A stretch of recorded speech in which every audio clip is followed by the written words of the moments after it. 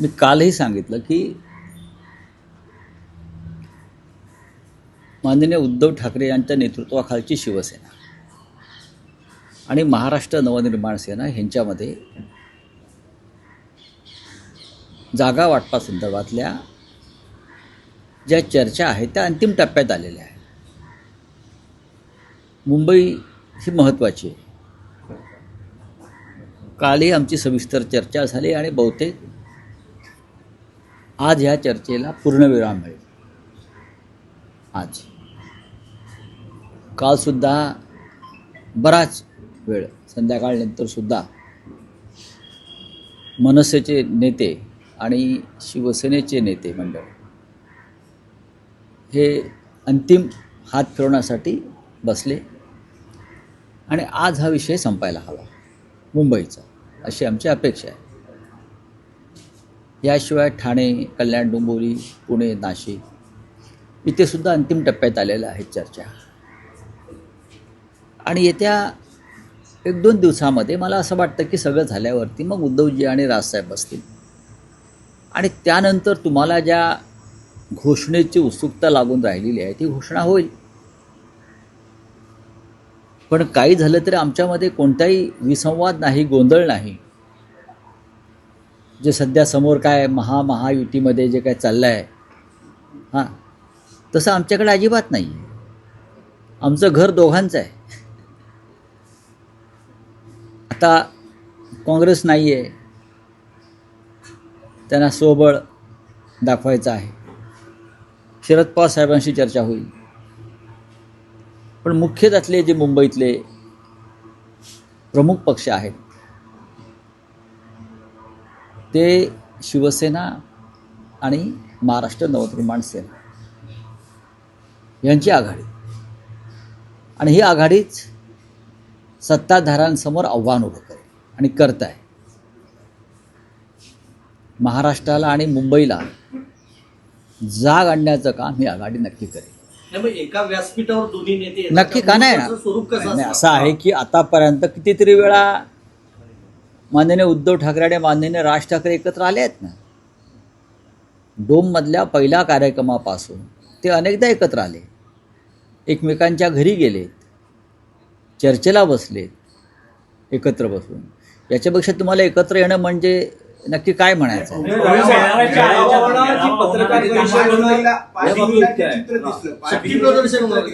5 जूनला 5 जुलैला जे झालं असा मेळावा केला, अगदी तशाच प्रकारे युती जाहीर करण्यासाठी एक शक्ती प्रदर्शन होणार असं. शक्ती प्रदर्शन नक्की होईल.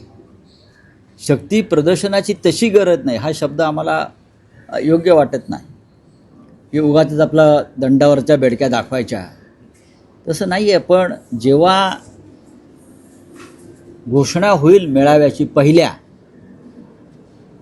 तेव्हा मुंबईतला मराठी माणूस हा तिथे तुम्हाला ओसंडून वाहताना दिसेल, याची मला खात्री आहे. अर्थात जागावाटप आणि युतीची घोषणा ही कशा प्रकारे करावी, पत्रकार परिषदेत करावी की मेळाव्याच्या माध्यमातून करावी, त्याच्यावरती आमचा निर्णय आज होईल. राऊतसाहेब, शिवाजी पार्कवर सभेसाठी सर्वच पक्ष आग्रही आहेत. त्यात शिंदे शिवसेनेनंही महापालिकेकडे अर्ज केला आहे, मनसेनं केला आहे, शिवसेना उद्धव बाळासाहेब ठाकरे पक्षाने केला आहे. तर सांगता सभा प्रचाराची ही शिवाजी पार्क व्हावी ही सगळ्याच पक्षांची इच्छा आहे. नाही, हे आत्ता यांना बुडबुड यायला लागलेले आहेत. यापूर्वी शिवतीर्थावर अशा सभा फक्त शिवसेनाच करत आली प्रचाराच्या. मग सांगता असेल किंवा सुरुवात असेल, या शिंदे गटाचा काय संबंध आहे शिवतीर्थाशी? हां, शिंदे गटाचा शिवतीर्थाशी काय संबंध आहे त्यांना एकदा सांगावं. अमित शहानी पक्ष तुमचा ताब्यात दिला म्हणजे तुमचा शिवतीर्थाशी संबंध नाही. तुम्ही अमित शहाची टेस्ट बेबी आहात बरं का. तुम्ही अमित शहाची टेस्ट बेबी आहात. तुमचा नॅचरल जन्म नाही आहे. जुना विभागाचे डॉक्टर, सर्वोच्च न्यायालयाचे डॉक्टर यांनी एकत्र येऊन तुम्हाला जन्माला घातलेला आहे. तात्पुरता जन्म आहे, लक्षात घ्या. तुमची व्यवस्था तात्पुरती आहे. त्याच्यामुळे शिवतीर्थावरती आम्ही सभा घेणार वगैरे असे उगाच गर्जना करू नका. दुसरे भारतीय जनता पक्ष त्यांनी कधी सभा घेतल्या शिवतीर्थावर? सांगावं ना. शिवतीर्थाशी संबंध हा ठाकरेंचाच आहे. त्याच्यामुळे आम्ही किंवा महाराष्ट्र नवनिर्माण सेनेने केलेली मागणी जी आहे ही नैतिकदृष्ट्या आणि भावनिकदृष्ट्या योग्य आहे. तर त्यांचा जागा वाटपाचा पहिला टप्पा पुढे गेलेला आहे. कोणाचा? भाजप आणि शिंदेच्या शिवसेनेचा. तुमचा ते अजून टप्पाच खेळत आहेत बरं का. त्यांना टप्प्यातच राहू दे. काँग्रेस बघा, शिवसेना जी त्यांची आहे डुप्लिकेट, महाराष्ट्राचं भाजपा युनिट त्यांच्याबरोबर कोणत्याही पद्धतीनं काम करायला तयार नाही. हे अमित शहाने लादलेलं लग्न आहे. हां, ते मनानं मोडलेलं आहे. पण ही जी वधू आहे शिंदे, तिला काही करून भाजपच्या चरणाशी बसायचंच आहे. त्याच्यातून सगळे हे गोंधळ सुरू आहेत. रावसाहेब, प्रचाराच्या राज ठाकरे उद्धव ठाकरे अशा संयुक्त किती सभा नक्की होणार. किती होती? माननीय उद्धव ठाकरे आणि माननीय राज ठाकरे यांच्या संयुक्त सभा मुंबईत होतील आणि मुंबईच्या बाहेर सुद्धा होतील. ती महाराष्ट्राची गरज आहे. फक्त मुंबई नाही तर ठाणे आहे, कल्याण डोंबिवली आहे, नाशिक आहे, पुणे आहे. आमचे प्रयत्न राहतील की जास्तीत जास्त ठिकाणी ठाकरे बंधूंनी पोचावं आणि लोकांना संबोधित करावं. काँग्रेस सोबतचे संवादाचे दरवाजे बंद झाले असं म्हणायचं, कारण ते वंचित सोबतचा प्रकाश आंबेडकरांची आमच्या त्यांना शुभेच्छा आहेत. प्रकाश आंबेडकरांबरोबर त्यांची आघाडी होते आहे. आमच्या त्यांना शुभेच्छा आहेत. उद्धव ठाकरे यांचं दिल्ली हायकमांडशी बोलणं सुरू आहे काँग्रेसला सोबत घेण्यासंदर्भात. या क्षणी कोणतेही बोलणं सुरू नाही. आम्हाला ज्यांच्याशी बोलायचं होतं आम्ही त्यांच्याशी बोललेलो आहोत याआधी, आणि त्यांनी हे सर्व निर्णय पक्षाच्या स्थानिक लोकांवर सोडल्यामुळे ही चर्चा आता थांबली. मुस्लिम दलित वोट्स हे डिवाइड होतील. मला असं वाटत नाही. जातीयवादी आणि धर्मांध शक्तींशी शिवसेना आणि मनसेची युती लढू शकते चांगल्या प्रकारे आणि पराभव करू शकते.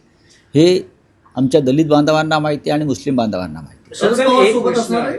पवार साहेबांशी माझी आज उद्या चर्चा होईल. रावसाहेब, तुम्ही म्हणाल की या प्रश्नाशी तसा शिवसेना मनसेचा काही संबंध नाही, पण महायुतीतला एक प्रश्न असा आहे की एनसीपी अजित पवार गटाचं मुंबईचं नेतृत्व नवाब मलिक करता आहे. त्यामुळे शिवसेना, शिंदे गट आणि भाजप यांनी त्यांना महायुतीत त्यांच्यावर मुंबई महापालिका निवडणूक लढवण्यास नकार दिलेला आहे. जर हे ढोंग आहे. नेतृत्व हे ढोंग आहे.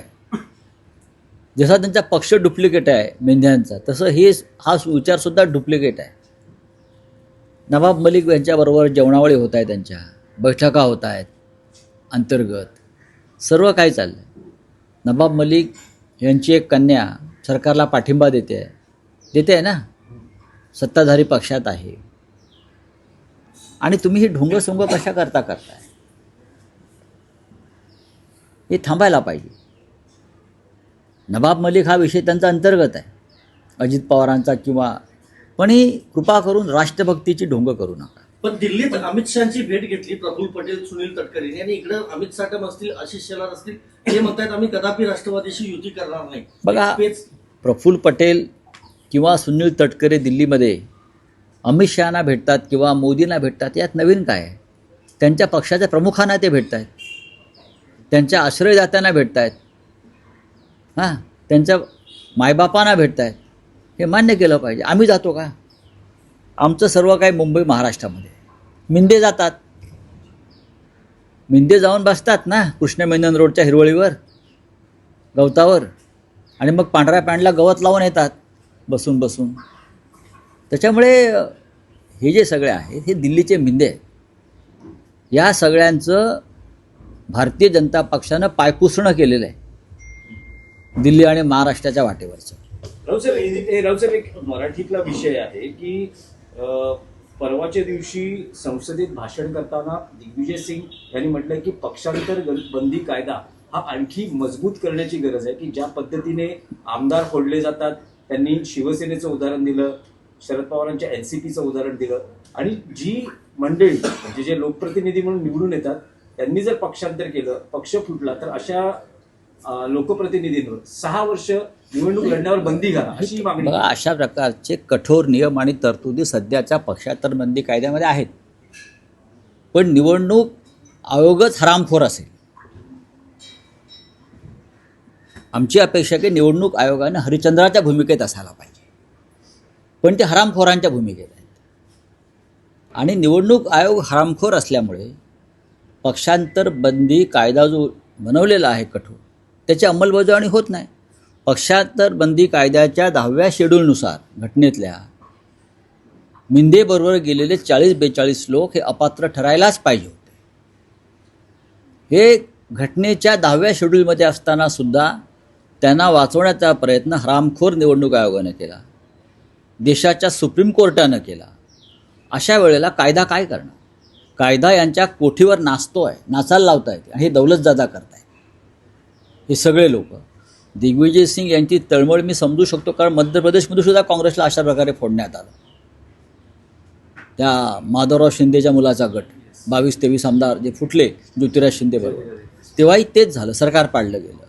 महाराष्ट्रात सुद्धा तेच झालं आणि इतर राज्यातसुद्धा झारखंडला सरकार पाडण्याचा प्रयत्न सुरू आहे. त्याच्यामुळे पक्षांतर बंदी कायदा किती कठोर केला तरी जोपर्यंत दिल्लीत आणि निवडणूक आयोगामध्ये हरामखोरांचं राज्य आहे तोपर्यंत हा कायदा त्यांच्या कोठीवर नाचवला जाईल. साहेब, एक आणखी विषय होता की सर्वत्र कुतूहल आहे. माजी मुख्यमंत्री पृथ्वीराज चव्हाण यांनी एक भाकीत केलंय की 19 डिसेंबरला देशात काहीतरी मोठं घडणार आहे. दिल्लीत मराठी माणूस पंतप्रधानपदी त्यांचं ते एक राजकीय विश्लेषण आहे. पण 19 डिसेंबरला अमेरिकेच्या संसदेमध्ये किंवा बाहेर काही महत्त्वाचे गौप्यस्फोट होण्याची शक्यता,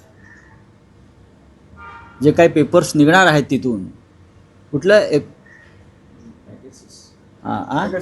पेगासस एप्टिमिस्ट की असं काहीतरी तो उद्योगपती आहे, त्याच्यामार्फत काही भारतासंदर्भातली महत्त्वाची माहिती समोर येणार आहे आणि खास करून पंतप्रधान मोदी आणि भाजप संदर्भात, असं अमेरिकेच्या किंवा आंतरराष्ट्रीय स्तरावरती चर्चा सुरू आहे.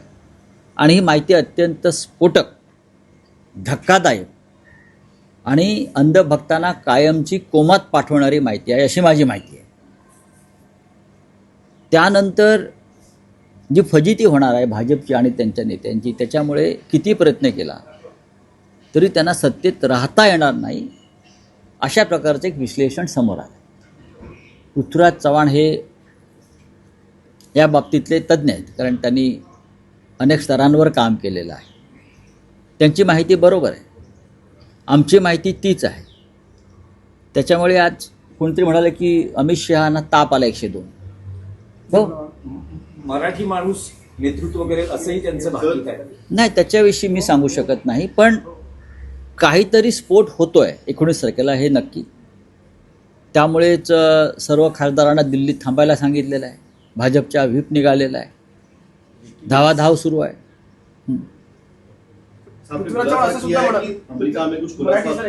अमेरिका में कहा है कि कुछ देखिए, 19 दिसंबर को कोई एक बड़ा विस्फोट राजनीतिक होने वाला है, ऐसी चर्चा इस देश में चल रही है और उसका केंद्र बिंदु अमेरिका में है. जब भूकंप होता है तो कोई केंद्र बिंदु होता है, तो वो केंद्र बिंदु अमेरिका में है.